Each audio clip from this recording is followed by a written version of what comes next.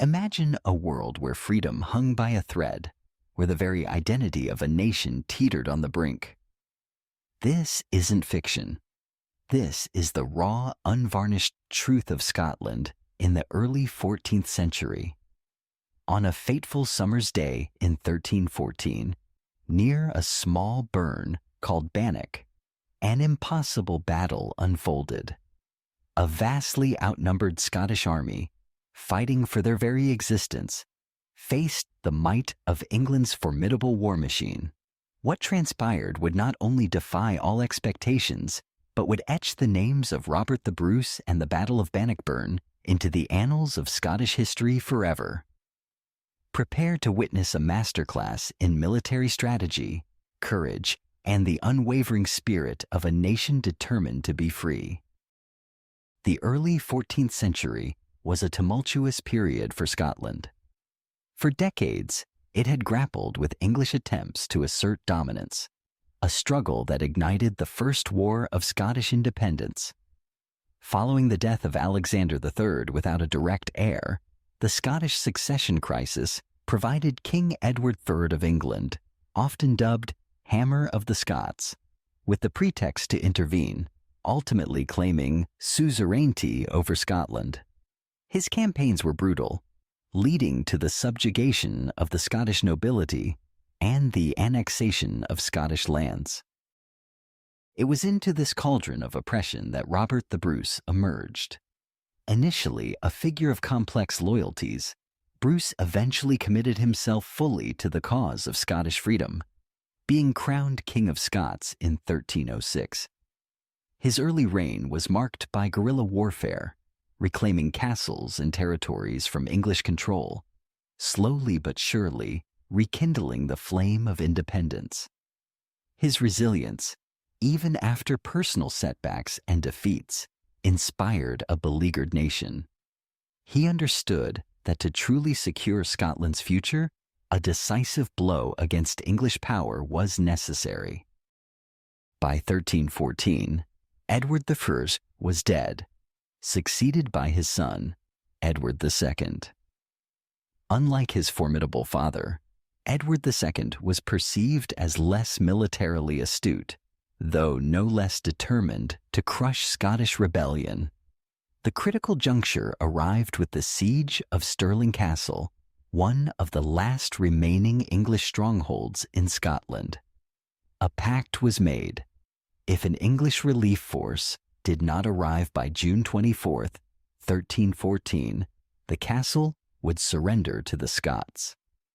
This agreement set the stage for one of the most iconic clashes in British history, the Battle of Bannockburn. Edward II mustered an enormous army, estimated to be between 15,000 and 20,000 men. A colossal force for the era. It comprised heavily armored knights, archers, and infantry, all supremely equipped and confident of victory.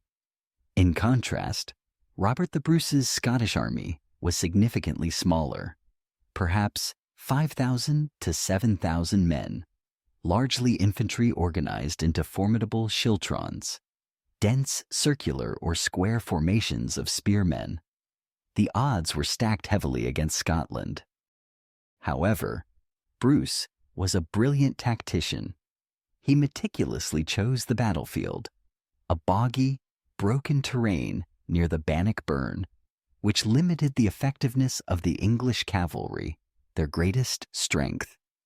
He ordered the digging of potholes, small camouflaged pits designed to trip horses and disrupt formations along the expected English advance routes. This clever use of the landscape was crucial. The battle officially commenced on June 23rd. Early skirmishes saw Bruce himself engage in single combat with the English knight Sir Henry de Bohun, famously cleaving Bohun's head with his axe, a moment that galvanized his troops.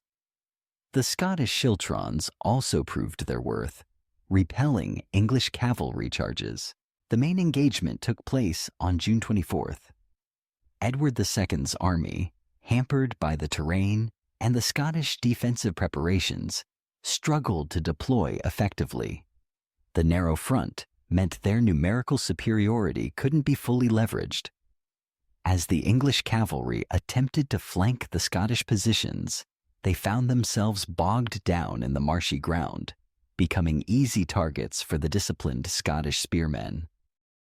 The English archers, usually a devastating force, were either positioned poorly or quickly targeted and overwhelmed by Scottish light cavalry, preventing them from unleashing their deadly volleys. The Scottish schiltrons, moving with incredible discipline, advanced as a solid, bristling wall of spears, pushing the English forces into an ever tighter, more chaotic mass.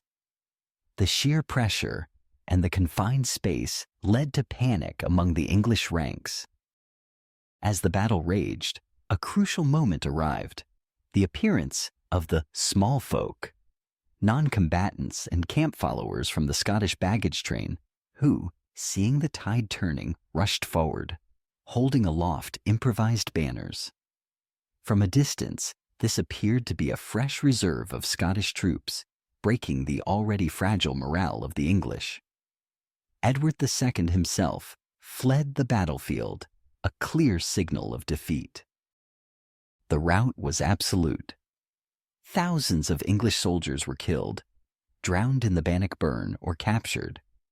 The Battle of Bannockburn was a crushing defeat for England and a glorious, almost miraculous victory for Scotland. It cemented Robert the Bruce's position as a national hero and secured Scottish independence for generations, profoundly altering the trajectory of both Scottish and British history. This epic victory stands as a testament to strategic brilliance, unwavering courage, and the indomitable spirit of a people fighting for their freedom against overwhelming odds. The Battle of Bannockburn wasn't just a clash of armies. It was a defining moment that forged a nation. The legacy of Robert the Bruce and the bravery of the Scots continue to inspire. If you found this deep dive into Scottish history fascinating and want to uncover more gripping, untold stories from the past, make sure to subscribe to our channel and hit that notification bell. Share your thoughts in the comments below. What aspect of Bannockburn surprised you most?